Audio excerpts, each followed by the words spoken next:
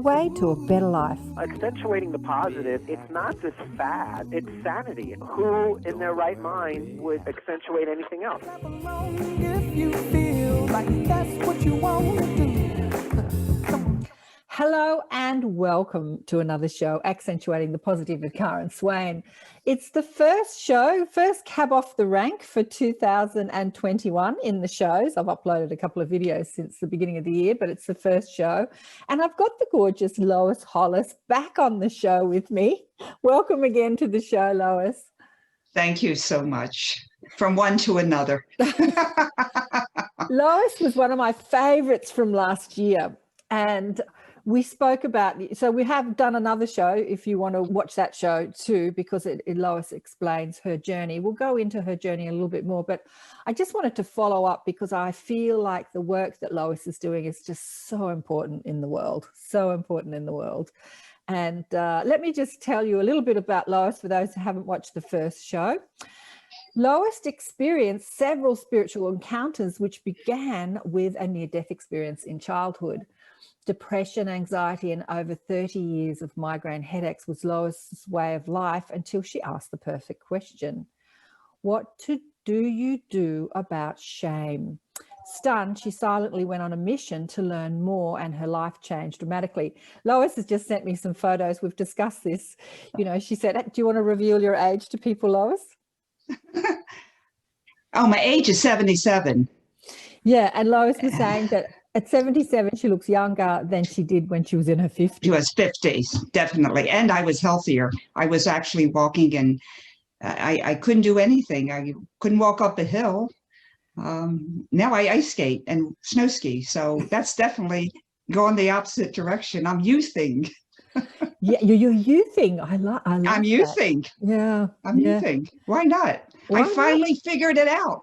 You know, like 15 years ago, I found out that shame and guilt were the attackers in my life and how it influenced me. And I was always hurt because I'm like you guys, I'm very, very sensitive. And I was always crying, always hurt. And it's like, you know, and it physically showed. And also I had some abusive problems where I had broken bones and fractured skulls and things of that sort. That's a whole nother story. But I was so excited when I didn't have to be hurt anymore. I even made a song up, I don't have to be hurt anymore. I was singing and dancing when I found out that shame and guilt was the reason that people could make me feel hurt. It was, so I said, I am not dying now at age 60. Oh, no. Just when I figured it all out, I'm going to have fun. I know it is amazing. It is amazing that how our emotional baggage or how our energy creates our reality, both our physical reality, but our life reality. You know, it's the screen through which we see life, and we live it, and we live it. Yeah, and you know, recently I've been having some pain. So I'm in my 50s, late 50s, and I've been having some pain in my body. And I was, I asked this of my students too. I ask people to, rather than resist the pain and try and stop it with painkillers, to actually go and talk to it, because I believe that all pain is guidance. It's pointing to what we're holding on to. It's pointing to the pain, emotional pain that we're holding on to in our bodies. And if we don't deal with that, it turns into physical pain, right, Lois? Physical disease. Yeah. Initially, exactly. It's all guidance. A negative emotion system, our negative emotions is a part of guidance. It's saying you're believing a stressful thought. Have a look at what you're believing. It's not your truth. Have a look. And then we just dismiss it. We cry and we say, poor me. And because I think we dismiss it because we don't know how to fix it. Right. And I was on a podcast this morning, and it was like, I totally see my life in a different way now because I know that shame and guilt's not part of me. I don't know how to fix it. I know there's a little process and I know it's a journey, but at least I have hope now. I can do something different. And you know what? That's awesome. you know? And I think that's why we deny the pain, because I did that as well, because no one could fix it. I mean, I did therapies, I did this and that, but nobody could fix it. So you get very depressed and you get more pain. So I think that people need to not guilt themselves about that, because there's nobody. I didn't have a shame guilt educator to go to. Right. I had to become one to fix myself. Shame guilt educator. Yeah, you know, you call it, Lois, you call it shame guilt. And I have identified, having looked into subconscious belief systems and how they run us, it is that belief system, I think, which underlies every belief system that says, I'm not worthy and I'm not enough, which is shame guilt, right? It is that belief. Voice. The voice. The voice. The Yeah. voice. Yeah, the belief in not being okay, not enough. And it's the opposite of the truth of who we are. When we find out that we are, in fact, not only are we enough, we are the extension. I know, we're just like huge. We're huge energy. We're the extension of source energy. How could source, or what people have called God, how could that ever be not enough? But we start off with this, I'm not enough, and then we shame ourselves and guilt ourselves, and it just goes on and on and on. And if I have written from my soul, and the universe tells me that our light fuels and creates the universe. The universe, we're not talking little planet Earth, you know, we're talking the universe, that without our light, the universe cannot exist. Right. That's how powerful. So if we're that powerful, our light is that powerful. Oh my goodness. So that's where we're at the crossroads. And I'm so grateful to you, Karen, for your work, because you essentially talk about the light.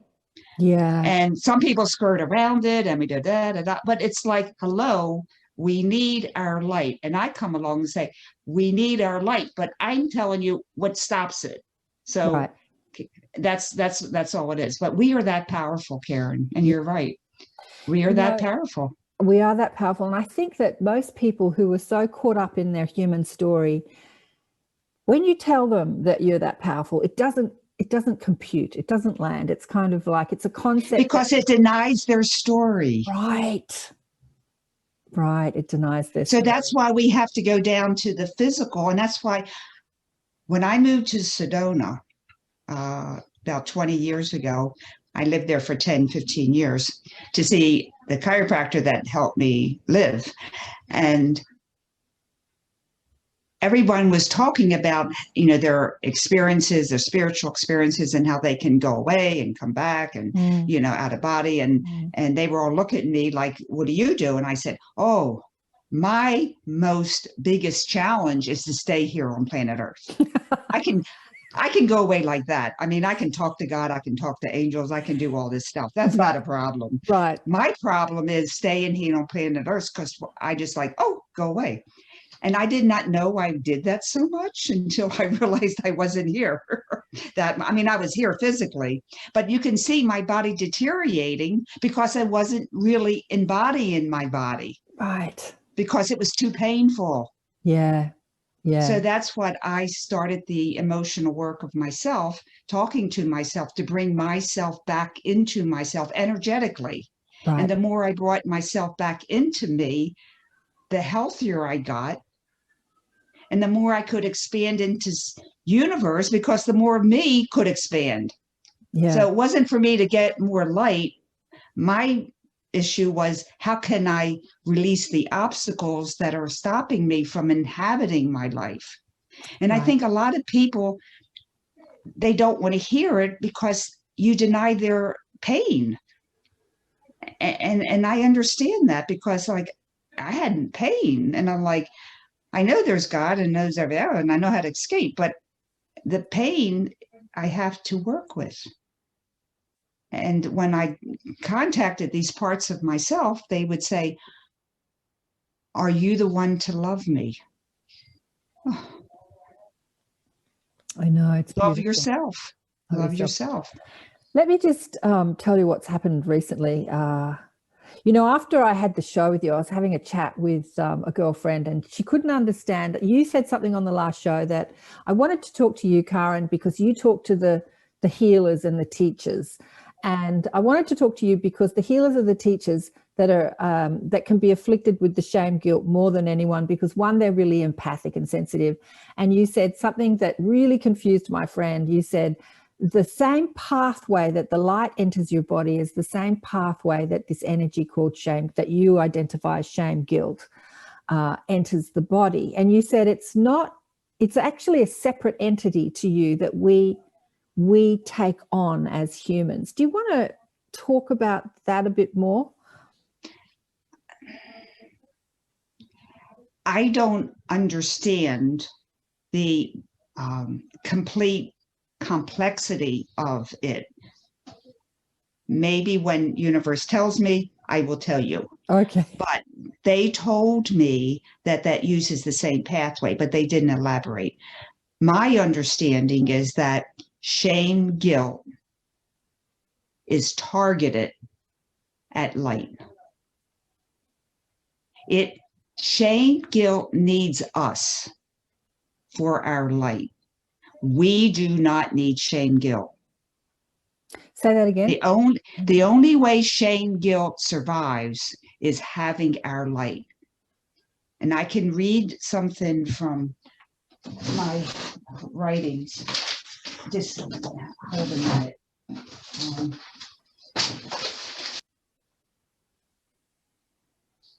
It is now said that the light of the species is nowhere to be found because Satan has taken his breath full. No other place can Satan partake of the light than feasting upon the human. The light of the human is a design of God incarnate. To carry the light of God is to be of the place of the resurrection and the truth. The human condition is sacred and has always been under siege from lifetime to lifetime. The battle of light is now at the crossroads for all eternity. This is the time to resurrect to God or fall into the dungeon. Satan has always wanted more than God had wanted and cannot manufacture his own. His curse was to not partake of the light. So man of the darkness was taken to feast upon the demons. The demons take the light of the human because they cannot manufacture it themselves. That's the curse. Mm-hmm. Bottom line is shame, guilt, energy, which is what the demons, the devil, the negative, whatever we want to call it. It has many terms because everybody has a different physiologically belief in religion and God, and that's okay. It's just that the darkness, whatever it is, needs our light to survive. If they are together by themselves only, they feast upon each other and dissolve. So how simple is that? All we have to do, like you said, I don't do shame guilt. Okay, I can feel it, but I'm like not accepting it and working on my depression or anxiety or not feeling good enough or whatever. But I will not feel the shame guilt, and I won't, in some ways our culture was saying, don't accept shame guilt. We don't talk about it. Well, you have to understand why you don't talk about it, so we know the only viability we give shame guilt to continue its demise upon us, attack on us, is that we play into it. Like I myself have gotten depressed. And I get depressed, and then I get depressed, and I get so depressed, I get so shamed and so guilt. And then I got to the point that the world will be better without me. So that's really shame, guilt, So the point is, don't go down there. Well, it's easier said than done. I've had a lot of people. Of course it is. I've had a lot of Yes. people reaching out to me lately, feeling quite depressed, light workers, healers. And I've always said that depression is your guidance telling you that you're not on your path. So many people come to Earth to be a part of the transition of human consciousness, and they have work to do. And then they get caught up with survival, and I've got to, and other sort of things. They get caught up with other things, and they make their soul's path like a hobby while they get on with the business of life. And it never satisfies them. Like they're just not satisfied them. And they fall into this depression because they're not living what they said that they wanted to live. I've seen that so many times, like with thousands of people. Well, shame, guilt has got a hold of them. And when I was in Sedona, I had shame, guilt buddies. Like you and I become buddies. And you would say, Lois, I'm really having a hard time. I can't get out of this depression. They go, oh, I can see how I can help you, because we can't see, we need help. We don't need help from a woo-woo person. We just need help from another person that's in a different place. And you tell me when I'm falling down, because shame is an eraser. Shame erases things or covers it that it seems like an eraser to protect us. But it's not really protecting us. That's the inner critic thing. So I have started a Facebook community group so that we all can come together, whoever wants to, and we're going to discuss anxiety one time and depression and try to help all of us, like a shame guilt buddy community, help each other as we hear other people. See, I can hear your story, but you can't hear your story. Mm-hmm. Mm-hmm. To a certain degree. To a certain degree. To a certain degree. But that's what people are saying. They need help to pull them out, but they don't know they need help to pull out, because shame, guilt is such an isolator. The more you get into shame, the more you're isolated and the more you seek help. But you don't know it.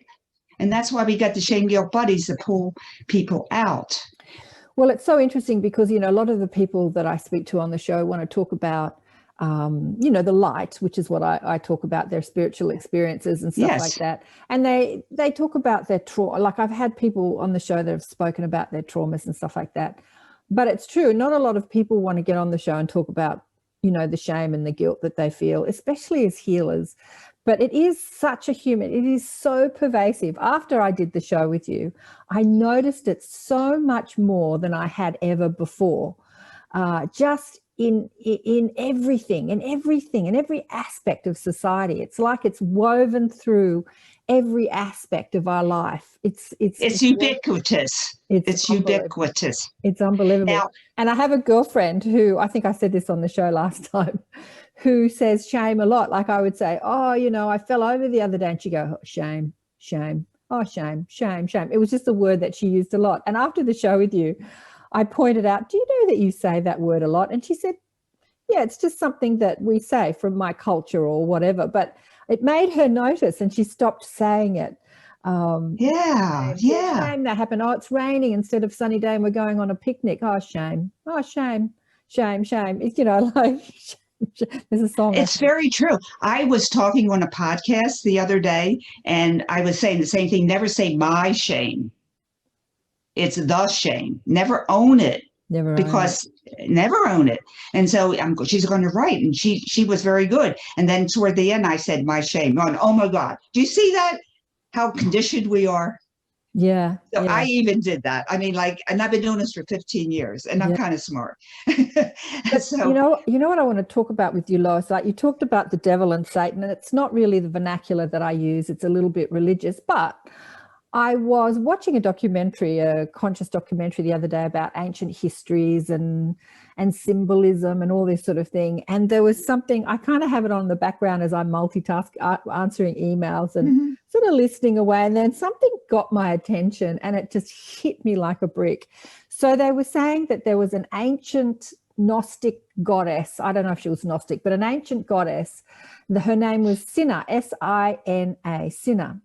And when the church, the Christian church, was forming and kind of bringing out their, they invented the devil so that people could feel like this devil's going to get you. They kind of invented shame and guilt. I mean, the church was a big, so they were formulating their ideas of what the church would be about. And they looked at this goddess called Sina, Sina, who was the goddess of the moon, and she represented the feminine principle. She represented emotion and creativity and, psychic awareness and all things that are connected to the feminine principle.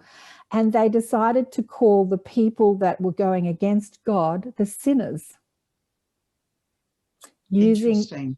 So they were damning the feminine principle. They were taking the feminine principle and making it bad, like just deliberately, because I think that they understood that our power is in our feminine understanding. Because when we cease to try and stop our emotions and we work with them, like we work with our emotions as guidance, and we expand and our empathy, like when we shut off our empathy because we don't want to feel bad things, but when we let our empathy expand and let it speak to us as who we are as energetic beings and as psychic beings, empathic beings, connected beings, it is our power. It is our power in this world. And so somewhere along the line, religion was like dumbing down our power by calling us sinners. Oh, of course. Yeah. Of course.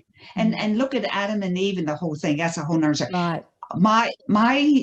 My feeling for what I understand is that shame, guilt is an energy placed upon humanity. Now, it doesn't matter, culture, religion, Adam and Eve, however, that's another story. But it's placed upon humanity so they do not evolve. Right. And it's very, very, very effective. It has been very effective. Yeah. And as we're in this shift of human evolution, it's now time. Look, I really believe that it was created so that a soul, who is the extension of source energy, can insert itself into a dense experience and experience all it is to feel separate to God, separate to love. And so it had its purpose. Like the creators of the shame, guilt energy, be it the church or whoever, created all this shame, guilt energy, did it so that we as souls could experience something that we couldn't experience when we're only the light. In another dimension, right. Yes. And it's had its purpose, but you're right. It's kind of Groundhog Day. It's been out of control, and we are moving now. We're evolving our human consciousness, and it's now time to let go. Like let go of the shame. Let go of it. But it's so ingrained, it's not as easy as you say. As I say, I mean, I understand the complexity of it because each person is so different, and that's why I admire you, and I'm so grateful, Karen, for your interview, is because every person is so different with shame, guilt. Everyone thinks of it differently. Everybody sees a different experience. That's why I do the 500 questions, because I put 500 questions, one answer. So you have 500 ways you can see shame, guilt behavior. It's not the same for everybody. And that in itself is the education. Wow. And that's why I always say I'm an educator, because people don't know they need this work. Yeah, it's have true. To be educated to know this work. So I'm an educator. You are an educator. So I want to tell people what happened with us recently. So I reached out to Lois recently. So I have this pain in my knee and a pain in my hip, and I was asking the pain why it was there, what it was telling me. I was in meditation and asking, and it said, oh, your liver is congested. So I went into the liver and I said, okay, what's going on with the liver? Because often the liver, congestion is felt as hip pain and knee pain. It's a condition of liver congestion. And I saw this shame, it was like a sexual shame. And I said, wow, where does that come from? Because I don't feel sexual shame in my life. And they said, oh, you're carrying it from your mother's side and your grandmother, but not her mother, my father's mother. So my father's mother died when I was a kid. She was basically just a corpse in a bed for, I think I was about 6 or 7 when she died, and she had leukemia for about 7 years. So the whole time I was alive, she was alive in my life. She was just this old lady dying. That was all I remember of her, just an old lady in a bed dying. Well, of course. And she died, and they wouldn't let me go to the funeral. I was so wanting to go to the funeral because I wanted to see a dead body. Anyway. Only you, Karen. Only you. Anyway, we love you. she was one of New Zealand's first female opera singers. And then she married my grandfather, and she never... She was connected to spirit, if she could do that. Well, she was, but she married my grandfather, and then she never sang again. And it didn't surprise me that she, suffered for many years with illness. And apparently, as I say, I don't know her, but apparently she was a real bitch. Apparently she was a nasty person. And she was nasty because she had shut down her passion. Of singing. Singing is a spirit singing. Absolutely. And you shut that down, her whole body deteriorated. Oh my God, that's so sad. I know, it is sad, isn't it? Sad. And so my girlfriend and I were talking about it. We went away for the weekend and we were driving in the car, and we were discussing it the other day because I was telling her about my session with you. And she was tuning in, and she said she shut it down because in those days for a woman to be to do something that was like, it was a shame thing. So her husband, the man is the star in the family. He's not the woman, not right. the woman. So because she was like on stage and a star, to be married to her husband, she had to step down and let him shine. And so it destroyed her. It destroyed her. It's so sad, but it teaches us that it's real. If we don't live, and that's why I love your show, is because you have people that are vibrantly alive. And yes, we have to do emotional work, but we need our light. So we like a seesaw. Yeah. We do both. Yeah. We got to do both. Yeah. But I want to finish this story because it's so interesting. So she disappeared. Remember what she disappeared? She was out there in the light, and then she disappeared and became a nasty, sick old woman and died. Anyway, she probably wasn't that old when she died, but to me as a young girl, she was an old lady in the bed. Well, when you're 4 and 5, everybody's old, Everyone's 20-year-olds old, exactly. So when I was seeing this, in my body, I thought, all right, I need to deal with this. And it was just like beyond me. And I had instantly thought, I'm going to reach out to Lois for some help. So I contacted you and did a session with you. And I was telling you all this, and you said, yeah, it's all very well you seeing it on your lineage. So I knew I was carrying it.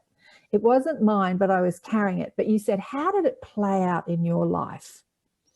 And so the part of me that wants to think, I've done all this work. I've done a lot of emotional work. I've been healing myself for 30 years. I've been healing others for 30 years.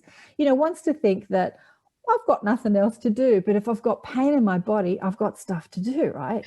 So there was a little bit of resistance in me, like my life. And then this memory came. And I said to myself, there's a memory there, go with it. Because there was a part of me that wanted to resist it and say, no, I'm fine. But a memory came up, an old memory of me as a kid. And remember, we talked about it in the session of being like about 12 years old. And I was, going around in those days. We said, will you go round with me when you were dating a boy? It wasn't like real dating. We were kids, we'd say, you were going around. We go around with me. In about 2 weeks, I'm like bored with him. And then we'd drop each other like, okay, you're dropped now. It was hilarious in the 70s. And so I dropped this boy, and he was so upset with me that he spread this rumor about how vain I was, that he would come to my house and he'd see me looking in the mirror and loving myself. And he said, she's so vain. She's so vain. And so this rumor went around that I was really vain, and to the 12-year-old Karen, it devastated me. And I became completely shamed about my physical appearance, that it wasn't okay. Actually, I don't think he ever saw me looking in the mirror. It was just a rumor that he spread. Not that I didn't look in the mirror. Most kids who are entering puberty are staring in the mirror because their bodies are changing, and it's like, it's a crazy time, And I just held this shame. And I decided in that moment, because you said to me, what does little 12-year-old Karen look like? And I said, I can't see her. I can see through her eyes. I can see the house I lived in. I could see my mother and my brothers. And you said, what's she wearing? And I said, I can't see her. I don't see her. It was so weird. And you said, oh, that's because she disappeared. And it just hit me like a brick. It was like, oh my God. When I was 12, I decided to disappear. It's crazy, isn't it? And 50 odd years. Why? Yeah. Why not? Yeah. Why not? What else could you have done? What else could I have done? I was shamed for my physicalness was shamed. Like, I'm not allowed to appreciate my body. I'm not allowed to feel good about my body because that's seen as vanity. You know, that's vanity. And the Catholic Church said it's a sin, and I'm a light worker. I can't sin, so I have to go away. There's that sin word again, that sinner. I'm a sinner. You know, they did a good job, didn't they? Didn't they do a good job? If we understand that sinner meant, you know, like feminine beauty and power, it would be like, yes, I am a sinner. Instead of I'm a sinner, it's a sin. I think that's one of the sins, isn't it? To like love yourself, or vanity is a sin. Yeah, like it's a sin. I love it. Yeah. Yeah, love yourself. And then we talk about loving ourselves, you know, when you do personal growth work. And yeah, so how did you put the disappearance to yourself and your podcast and everything, and how it all related? It was very interesting. I was telling Lois that, you know, the only thing that's really troubled me over the last few years is, as people, like, I've been podcasting I've been on radio for about 12 years and podcasting probably for about eight or 10 years, because I was on mainstream radio, is that I see these podcast shows come, and after a year or 2 years, they're growing exponentially. And I'm thinking to myself, why are other people's shows growing so fast and my show isn't growing? And then I realized that if I'm holding the energy of I don't want to be seen, how can you be seen?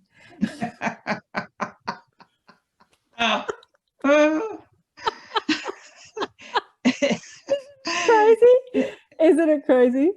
It's true. That's why it's crazy. Truth is always crazy. But what I found was, even though I was holding this energy that I couldn't see, because I couldn't see it until I reached out. I couldn't be seen. Yeah, didn't stop me. Like, it didn't stop me going out there. But what it did do was it created stress. So I put my face on YouTube, and I was battling that energy, like, all the time. Don't be seen. And it's like, it didn't stop me doing it because my soul was speaking through me, because it was. And you're very strong, Karen. You're very strong. But it's not about me being seen. It's about spreading the work, right? Doing the work. Exactly. Spreading the message. Exactly. And wouldn't it be great if we could do our work without battling these energies? That's the whole thing with your light. We don't want to battle it. Right. And I was was away with women on the weekend, last weekend, all of them healers. And there was another one I was telling you in the email. She is a galactic healer. She's singing the language of light. And she'd told me this story before, but she said that at 4 years old, she started spontaneously singing the language of light. And her father just shut her down, yelling and screaming, don't you ever do that again. Don't you ever. It freaked him out, just totally freaked him out. And she's been carrying that shame, right, all her life. It hasn't stopped her. This is the thing. It hasn't. Of course not, but it's harder. But it's harder. And it's stress. And it's stress. And we can't be everything, because we have a what do you call it? A ceiling. They call it the glass ceiling. Right. You know, you can't, our comfort zone. Right. That's what it is. And we have to, the comfort zone is the shame fence around us. Right. We have to get rid of it. And that's what you helped her to do. Right. And that's what you helped me to do. Do you want to tell people how they can, what you do in your sessions? Well, everyone's different. Karen is an example of someone who has done a lot of inward work. For her to not see her child inside of her wasn't that she couldn't see, is that she could see the absence of. So she has inner vision. Not all of us have inner vision. Right. But the more we do inner vision, the more psychic we become. It's very interesting. So I think if you want to become more psychic, just do more inner work and talk to your parts. Absolutely. But that's your choice. But some people like Karen and other light workers have the ability of more inner vision because of their experience of the light. It doesn't matter. It's not good or bad. But everyone has memory though, Lois. You know what? I'm not talking about some people I work with. Right. They cannot see their parts for 6 months or 3 months or 4 months. And I work with them. And it isn't that they're not any better or worse than anybody else. It's their physiology that everybody has a time clock. Right. Yeah. Okay. And that's called the inner critic. Okay. Not good guy, not a bad guy. What's another story? But everybody has a time clock. And I and all of you have to respect that. Because sometimes in hypnosis, and I'm not saying hypnosis is bad. I'm just saying that you can't get hypnotized and try to find these parts of ourselves because they're not ready. Now, hypnosis has other characteristics and is good for some things, but for this work, it's not good because what you're doing is actually canceling out your inner critic and trying to find the parts of you when the inner critic says, no, you're not ready. So I honor that process. And if you're not ready, you're not ready, but keep on talking to anger instead of anxiety. Talk to hurt instead of anxiety. Talk to anybody that wants to talk to you. Hi, I don't feel good enough about myself. Talk to anybody that comes to you. You are so much smarter than your therapist. Right. Okay. You're so much smarter than your therapist. I love that. Yeah.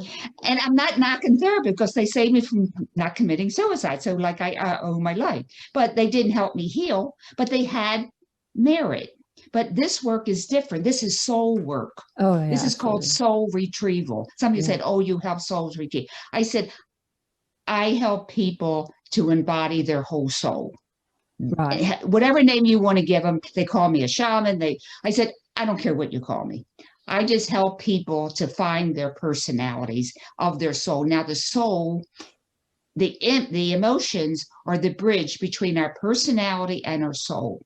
So when you say a lot of people want to deal with the personality and forget the spiritual, well, you can't. They're one in the same. One affects the other.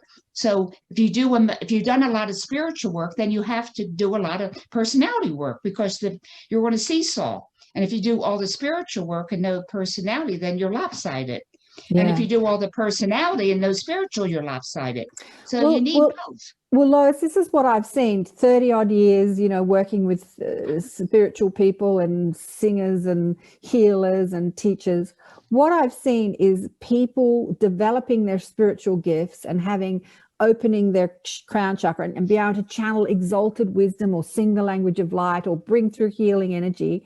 And they haven't dealt with the personality. And so they're still holding so much distortion. Of course they are, but it's their choice what they want to do. When I looked into this healer the other day, she had told me in another conversation about the 4-year-old ages ago, but we weren't doing a healing, but we were away for the weekend and she had repeatedly spoken about how she finds it hard to ground. She's completely open, like her crown chakra is just like, whoa, like this. And that's why when I went to Sedona, I said, it's hard for me to stay here. But once I felt a little Lewisian and my depression part and my other parts, I'm here, but I'm also there. It's so cool to be in heaven and earth at the same time. Right. When I looked into, and I've done this with quite a few healers, there was another healer, an incredible healer that I went to see on a bit of a road trip who lives just out of Sydney, and she had vertigo in that she couldn't stand up and she had to go to hospital. It was so bad. She kept falling over. And so when I did a healing on her, I saw her aura was like an upside down pyramid. It was like she was teetering on a tiny pinprint and she had this massive open crown chakra. And so we looked at the fear of these light workers, they come to do their work, so they open, but then they have this belief, I don't want to be here. And that's what you were saying. Yeah. I don't want to Yeah. be physical. And I lived in Sedona 10 years, so Yeah. I get it. Okay, may I say, I need to say something here that can Yeah. help everybody. Right. What I found by working with a lot of people like that who are wonderful, Yeah. I claim my place on earth. Right. And you say it, they say 3 times. So I claim my place on earth. And that helps so many people. I'm like, really? I claim It's going to help people? And it did. Mm. Okay. Now you still have to do the other work, but it's a start because you're actually telling your parts inside of you, I claim my place on earth. Therefore, I'm claiming you. You are part of me. So it's a beginning. It's a beginning. It's a beginning. And I can say to people that I worked with, like you and other people that are so exalted, that they go through this process in a couple of days because they're like, oh yeah, I see that, I see that. You know, it's like so easy because they have such inner vision. But they thought it was too complex, and it really doesn't matter.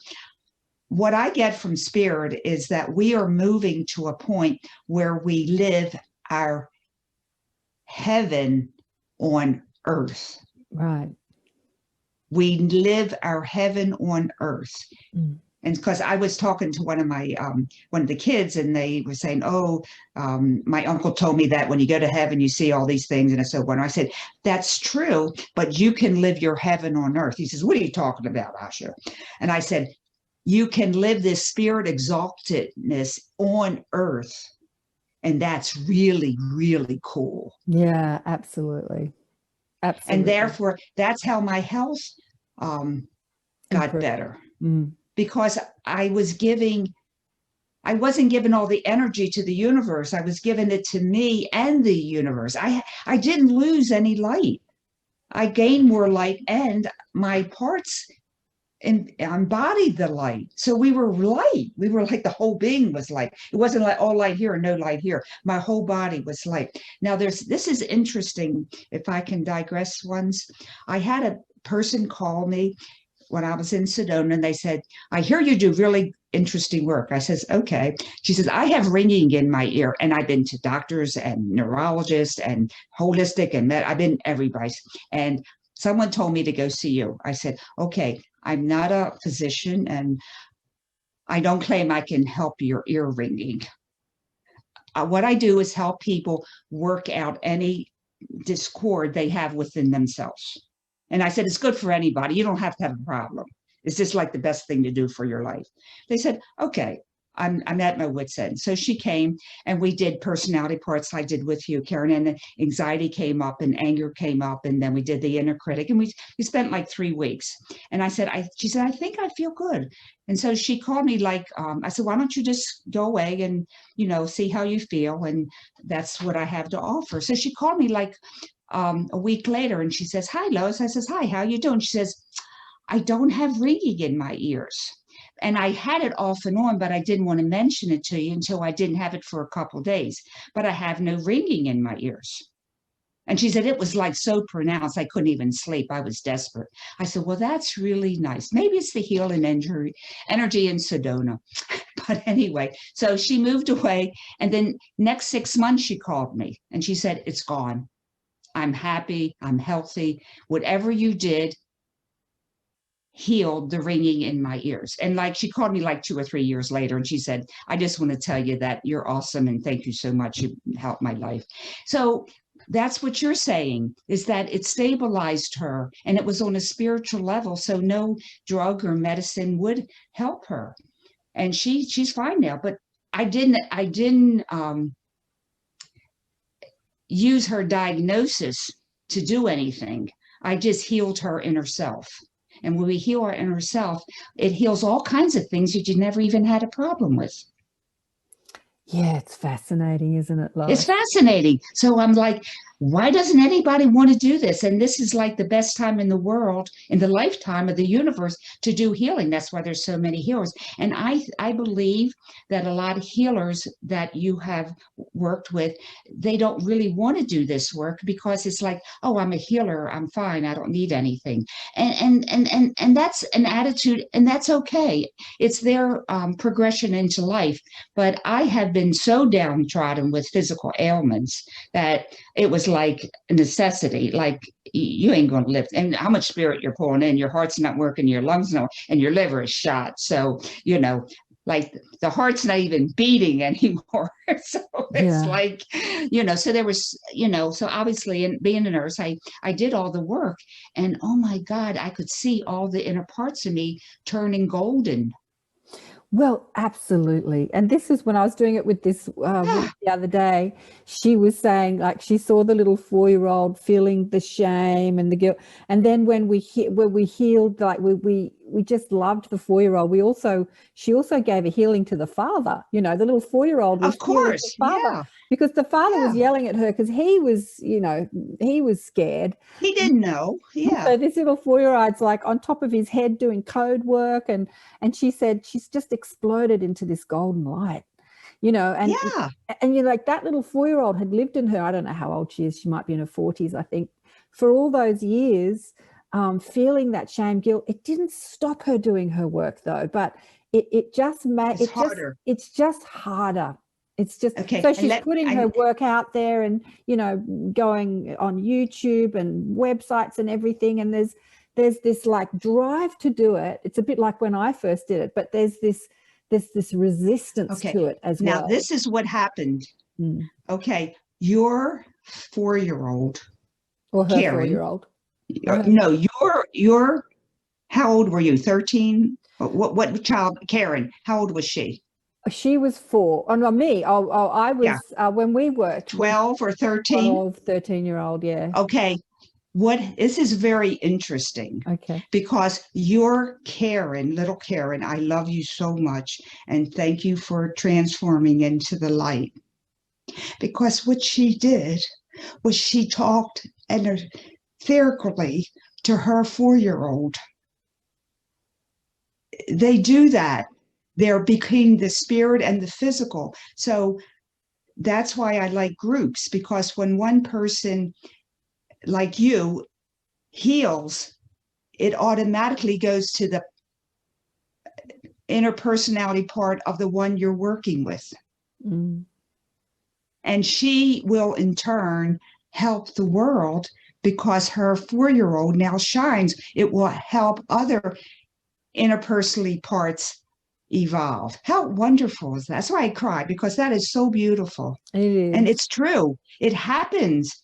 And I had the vision, because I had many groups when I was in Sedona, and I saw Stardust. Stardust is like your Karen. And she was dancing all around because she helped Stephen Jr. on this guy and Larry on this one, and they're all on the train together singing. And it was like this mass consciousness of the personality parts all being together. They all joined together. Right. And they help. That's the 100 monkey thing that helps. And that's what Spirit told me, that you just have to start it.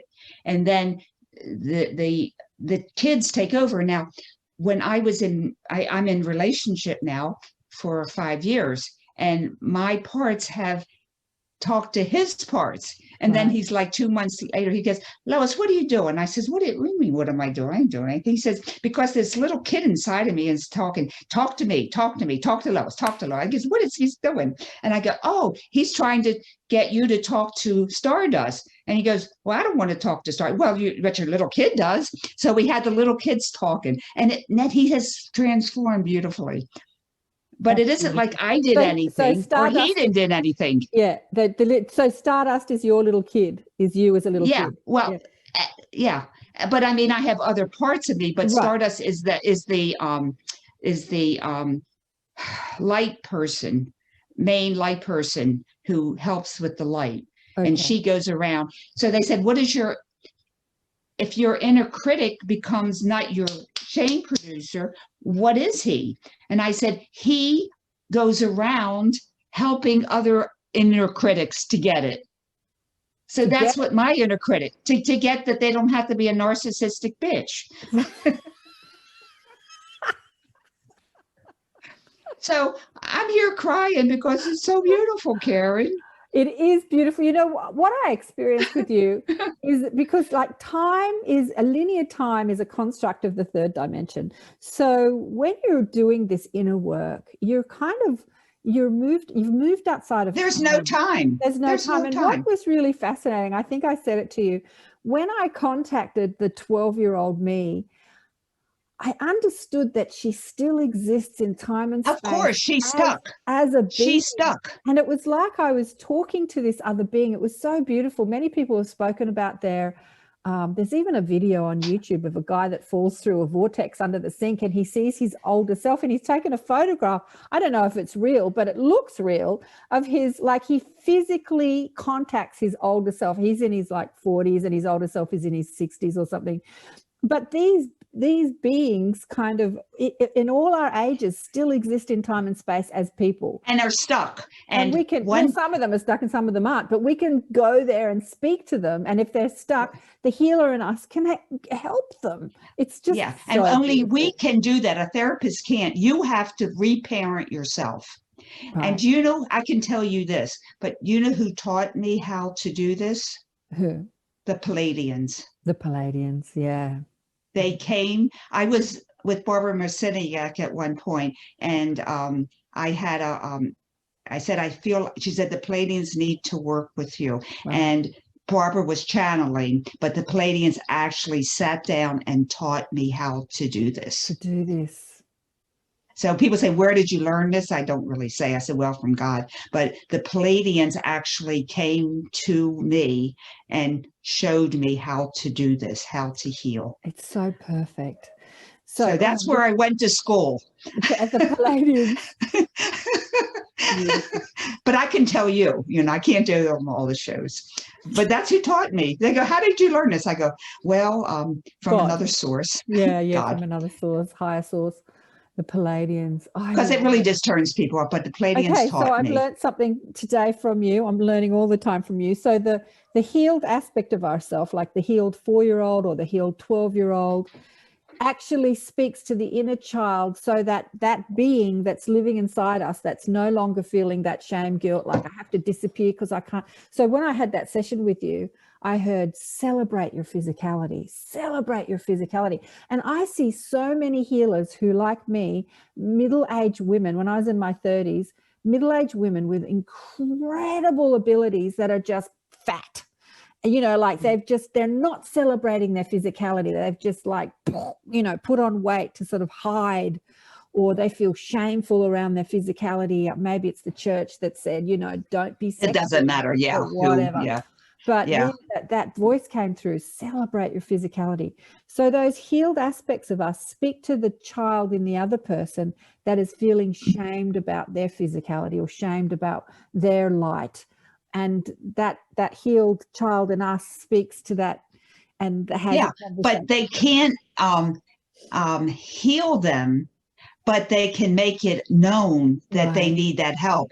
And if you have a community like I'm wanting to build, they go, oh, well, I'm feeling this. Oh, now we can help that person. That's where I'm headed to. I have it already fixed, but I need to start, you know, filling it up and work on it. So that's what I want to do. And people in a group, it just like, it's like within a day or two, because everybody's talking about everybody else. Well, Lois, you can do that in a group on Zoom. It's, you know, you could do it on Zoom well too, but I wanted a community because then they have more touch with each other and they feel like they're more. Well, it's nice to have a community, but the government hasn't been letting us gather lately. So Zoom's been the go-to place to gather. But, you know, like we did it on Zoom, you and I did it on Zoom. And I suppose when you were talking about your clients that don't have the inner sight, like someone like me who does, what I got straight away is that inner sight or that psychic ability or that ability to visualize has been shamed out of them. And Of course. when Of I work course. with people who say, how do I meet my spirit guides? How do I be more psychic? How do I open my psychic abilities? All I do with them is move their critic out of the way. And once they move there, I can't do it, I'm not allowed to do it, I'm not supposed to do it. You know, like the religion says that being psychic is the devil's work. Once you move that shame, guilt out of the way, bang, it's all there. It all happened. It's all there. It's all waiting. Yeah, I had another client in Sedona who was very interesting. He was referred to me by the local holistic physician because he was extremely anxious, like anxious for no reason. Right. He was like 30 years old. He came from Ireland to live in Sedona, and he was anxious, and like he was on different meds and different therapists, and like he said, just go to Lois. So when we worked together for like only 2 sessions, we worked, and I said, well, he comes from Ireland. What is Ireland?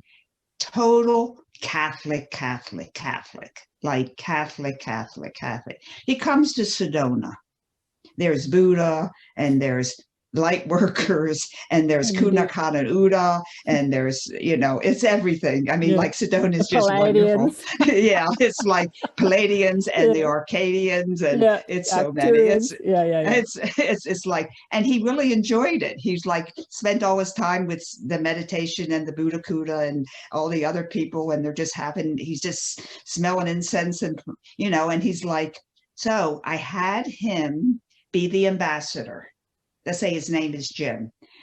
Okay, Jim, you have 2 warring factions inside of you. They're at war with each other, and you're like, ah.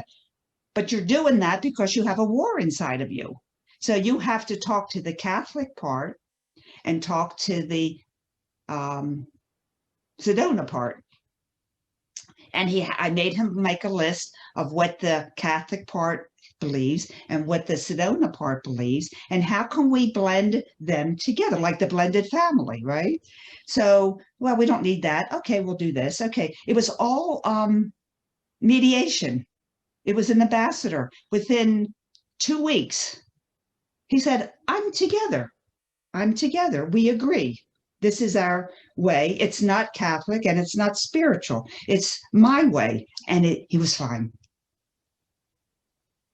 So that's what I help people with the inner critic is like, okay, that's what he's saying and that's what you're doing, but you got to work together. Can we just be so you become the ambassador and you have these 2 people inside of you that are fighting and you just become the ambassador. It's such important work. It really is. It's not that inner critic or that shame guilt stops us from doing the work. But it just, when you meet it with understanding and you see it for what it is and you heal it, for a better word, it just makes doing the work so much joy. And you don't age. And you don't age. I know, you wouldn't know that I was 75, would you? No, I'm serious, because what is aging but stress? And you're always stressed out. Right. I hope to be, when I'm 77, I hope to look younger than I do today, Lois. Well, of course you can. Just get the other parts of you on board and we'll just shine. I mean, it works. I mean, I can't go out and on my website, I'll get younger. I mean, like they'll shut me down. So, but we can talk that, you know, the more light you have, the more light cells you have, and you don't disintegrate. You enliven. Yeah. So anyway, that's my 2 cents for the day. You're just so beautiful. You're so delightful. I just love you. I just love the work that you're doing. And I just so honor everything you do, Lois. It's just wonderful. And we can tell people, I claim my place on earth. And that's easy to do. So 3 times. Say it. We'll say it with me together. I claim my place on earth. I claim my place on earth. I claim my place on earth. So be it. So be it. So be it. So be it. And so it is. Yeah. And another thing to say, when you're dealing with a 4-year-old or your 13-year-old Karen, I give back the shame. Now you can give it back to the person or give it to the universe, whatever you want to do. I give it back for all dimensions, for all parallels, and all lifetimes. And Spirit told me that was important to say. All right, just repeat that. I give back the shame. So you give it back to wherever it comes from. Doesn't really matter where it comes from. You can give it back to the universe, or Johnny, the slob that shamed me, or you can give it to the universe to recycle. But it's not you can give it back. Yeah, but if it's someone like your father that shamed you, or even the little boy that shamed me was just a hurt little kid. It doesn't matter. You don't want to give it back to them. You want to give it back. It doesn't matter. It goes where it needs to go. Okay, because it isn't yours to own. It isn't yours to own. Right. So you've basically been given it, and you've said someone's given it to you, and you've accepted it, and you've carried it. It goes on you. Yeah, and then you can just give it back. Give it back. It's like, there you go. There you go. There you go. Say Whatever. It again. So I give it back in all dimensions. I give the shame back. Never say my shame. Mm-hmm. The shame. I give the shame back for all dimensions, all parallels. All parallels. What did I say? All dimensions, all parallels, and all lifetimes. And all lifetimes. So be it. So be it. And so it is, and so it is, and so it is. It is done, it is done, it is done. Like I've done many healing modalities, and often when you do things like that, you just affirm, and so it is, or it's done, and it's done, it is done 3 times. It is done, it is done, it is done 3 times. Yeah. So that sort of helps tell too. But what you did, what we did together, helped your friend who sings. And what she's going to do is help other ones. It's so beautiful. It's beautiful. Yeah. It's so beautiful. It is beautiful. I see so many amazing light workers that are just carrying so much trauma. One thing she couldn't understand, which I reconciled with when I was young, is that light workers come into families that carry a lot of distortion. So often there's a lot of violence and sexual, distortion. And you think, I'm on the wrong continent, I'm in the wrong place. Yeah, but wrong zip code. I know. I have the wrong zip code. You made a mistake. From our soul's perspective, when we're looking on the earth plane and we say we're going to come into density and we're going to transmute and transform that density, we've got to pick the density to come into. Like we choose families that are holding a lot of density, as we're so smart. We're smart, but then we come in and we get beaten up by our parents and abused. Thrown down the steps and kicked in the butt. Kicked in the butt. My father beat the living crap out of me, put me in hospital, and then Mum hated him so much she sued him, and there was just fraught with violence and hate. It's not funny. It's not funny. It's funny now because I could see it. When I hit my light, I could see that I chose it. And in choosing it, I could love it. And you could return it. I could love it. I could return it. I could love it and see that I chose that for a reason, because if I'm going to help people, I need to know what I'm getting into. So I can help people who have been abused, and I can help people who feel you can feel, because you've lived it. Yeah. And so this is what healers do. And she couldn't understand that she's actually had chosen all that violence. So if you don't know that you've chosen it, you're still playing victim to it.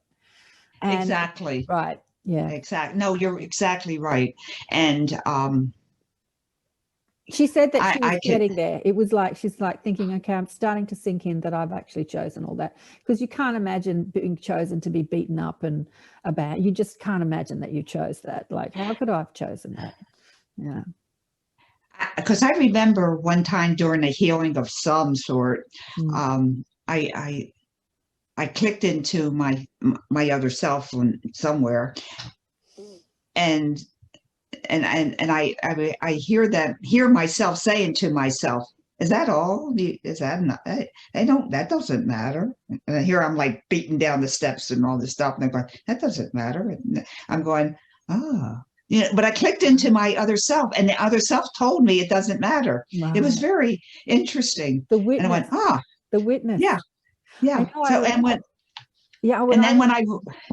When I write like I say, write these words, I see myself writing these words Yeah. in another place. I'm writing for they get, who's your channel? I said, me. What do you mean me? It's like me in another place. Yeah. Yeah. It isn't like kuda kana huda, It's you like your know, higher self, your higher self. talking. I first realized this. I remember when I was young, I was fraught with some boyfriend who had, dropped me, who had rejected me. And I was all woeing like, ooh, poor me, I'm not lovable. No one's ever going to love me. I'm not worth loving, and all that, sort of like crying and like having a pity party.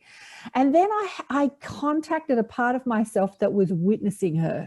And she was like having popcorn, like watching a movie going, interesting. And I remember like seeing me. Okay, the same experience, right? Exactly. Yes. It's like, oh, She was okay. eating popcorn, like watching a good movie. I love you, Karen. I love you. The witness, that's the witness, like the part of us that is witnessing us go through our dramas and just loving it. Like just like when we watch a bad, sad movie. You know what I watched last night, Lois, which was so interesting. I go through, the streaming platforms. Oh, God, it was a Barbara Streisand movie. And I can't think of the name, something about the mirror, the person in the mirror, something about the mirror. Anyway, it was all about physical. I had seen it many times before, but for some reason I watched it again and I'm thinking, oh my God, this totally relates to what I went through with Lois about appreciating your physical beauty. So Lauren Bacall is in it. Barbara Streisand produced it. It's like your angels really are taking care of you. It was made in the 90s. It was made in the 90s. So Barbara Streisand plays this intellectual woman that her mother was Lauren Bacall, right? But not, like Lauren Bacall is the actress, but the mother was very beautiful and the mother's completely vain. So she's living with the mother in an apartment. She's unmarried. And the mother says things like, well, I can't date if I've got a daughter that's not dating. And all the mother talks about is physical beauty. And she told her daughter her whole life that she was ugly. And so Barbara Streisand thinks that she's ugly and she meets a man. Look, it's an incredible, so it was all about owning your physicalness and your beauty, because she sort of developed her mind, but always dressed baggily and just had really old fashioned. And anyway, she transforms in the end. But it was just really interesting, this shame. She was shamed by her mother for not being as beautiful as her mother, and she always felt ugly her whole life. And then at the end of the movie, her mother showed her a picture of her as a little baby, and she was really pretty. And then for the first time, she thought, oh my God, I'm pretty. Yeah, it was a great movie. I want to show you something quickly. Clients find a picture of themselves as a small child when they can't see themselves. Right. And this often helps them. I remember when I first moved to Sedona, my mother gave me all the family pictures. Mm-hmm. And I feverishly cut out my mother, and I cut out my father, I cut out my sister, I cut out everybody in my family, burnt it, and I made a beautiful composite of myself. Okay. And I still have it today. Wow. I don't know if you can see the whole thing. Wow. And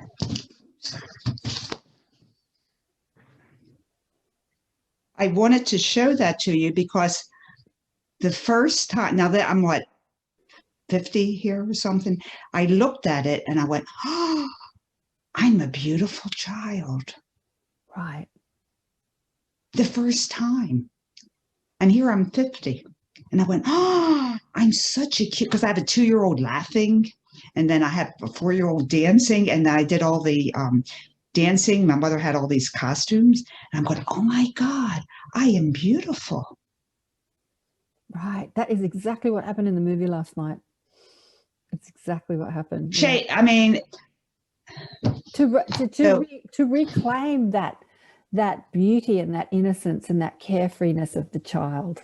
So beautiful. What does Jesus say? Something about the children enter the kingdom of heaven or something like that? That's what he was talking about, the children, our kids. Yeah. Now, so I recommend people who have a difficult time in the beginning finding their little child is to get pictures like me. find a picture, even if it's one or two, it's enough.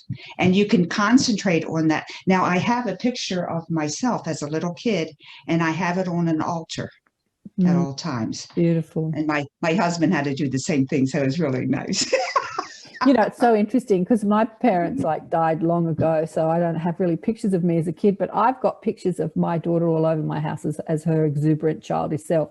And at nearly 30, she's still that exuberant child. Like she's still that. Well, you did good. Yeah. You did good. You did good. She's such a child. I love that she's still got that. She just laughs out of control, like this big mouth, and she throws her head back and just laughs, and she's just carefree. And you did good. So anyway, I would recommend people to do that. Yeah. To get a picture that, and it doesn't have to be like a laughing, happy kid. It can be a kid that's not happy. I mean, okay, this is what I'm going to tell everybody is find the picture of the happy child, not the picture of the sad child, and post it on your social media, post it on your Twitter and your Facebook, and get everybody else to do it too. That's a great thing to do. That we're going to start a trend, you and I, Lois. Okay. Yeah.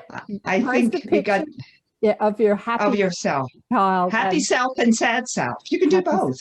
I have this. I don't know where it is, but I remember seeing it. There's this photograph of me. I'm under 2. I'm on my grandfather's knee. I've got this wispy little blonde hair, and someone's put a little big pigtail up on the top of my head, and a pretty little dress and pretty little booties. And my grandfather's holding me on my knee, his knee. It's a black and white photograph, and the look on this child's face is, "What the fuck am I doing here on earth?"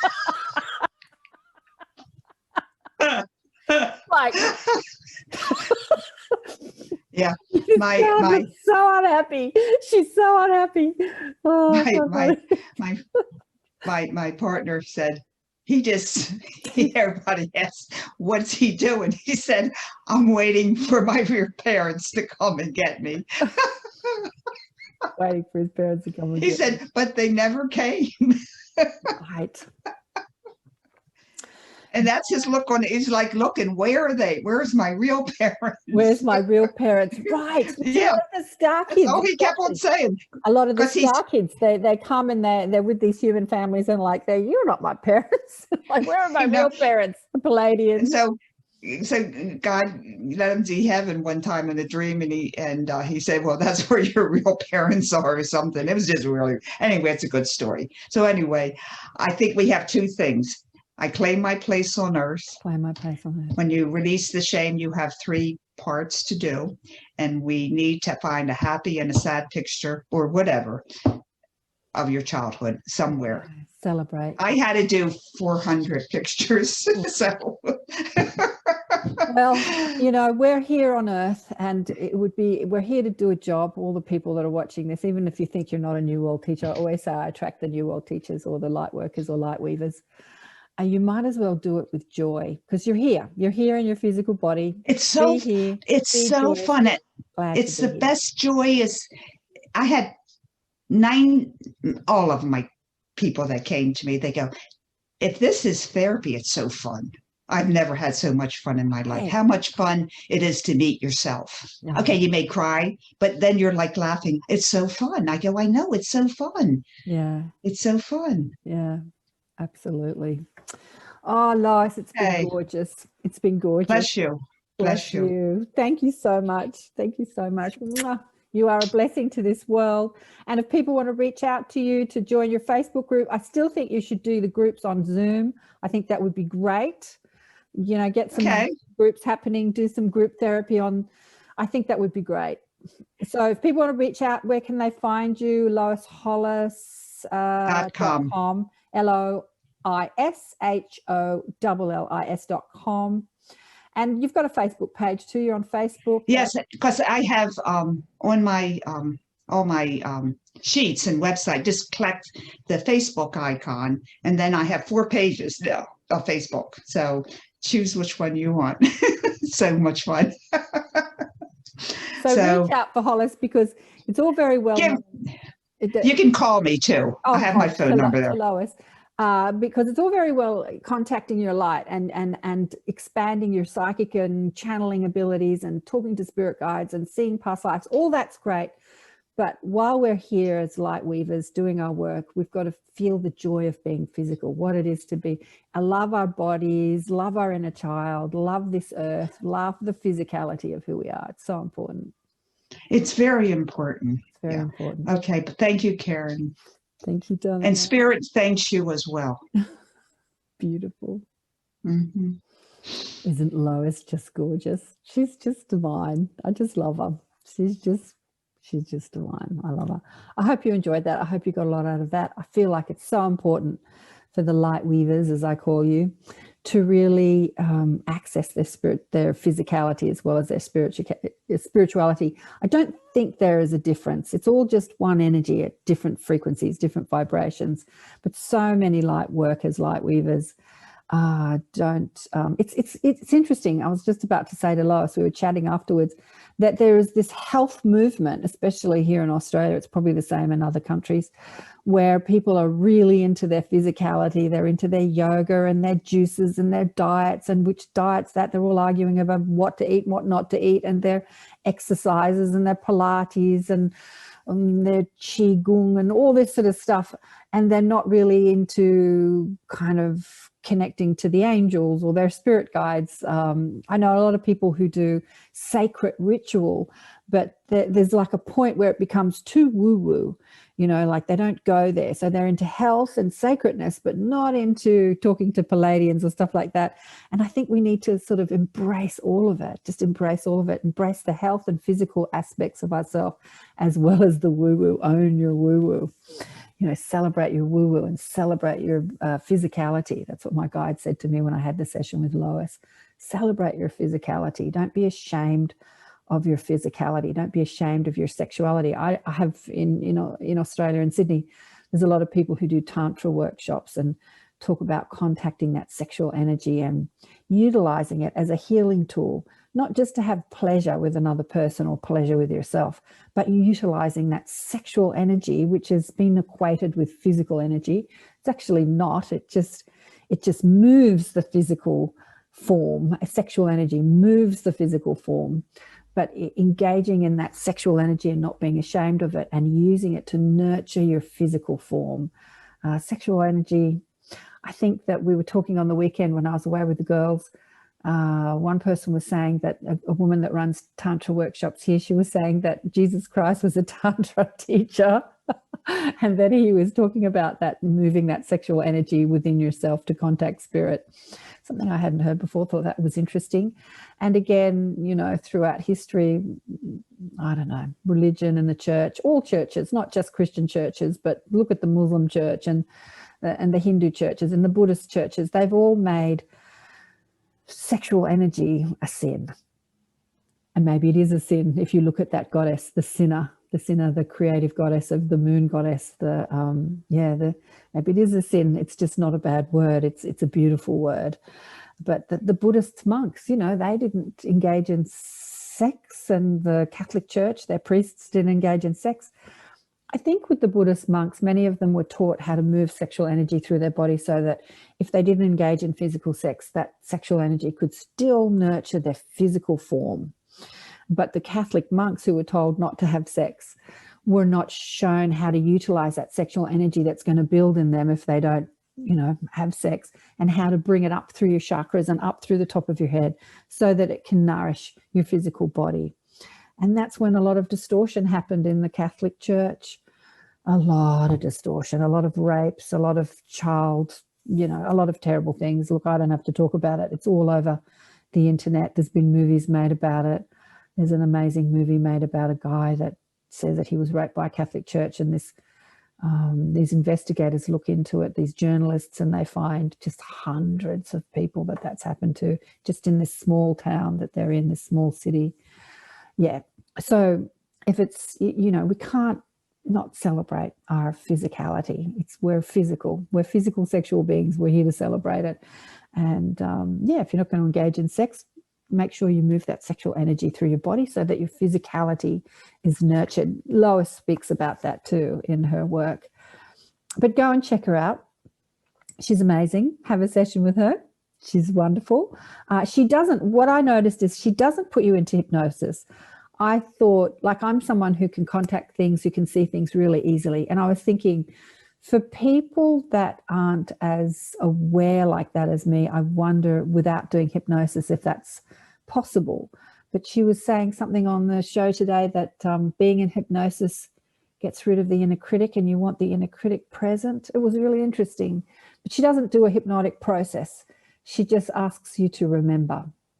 She said to me, well, it's all very well looking at the distortion that you're carrying from your lineage, like your mother and your grandmother. But where did Karen, little Karen, like, what was the first memory you have of feeling shamed? And this memory instantly popped up, just instantly popped up. And I wanted to sort of dismiss it and say, no.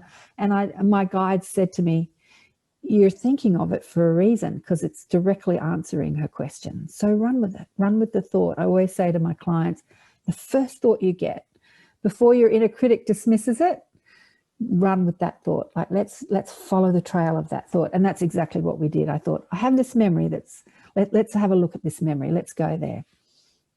And you always know that you've hit the mark when you blubber.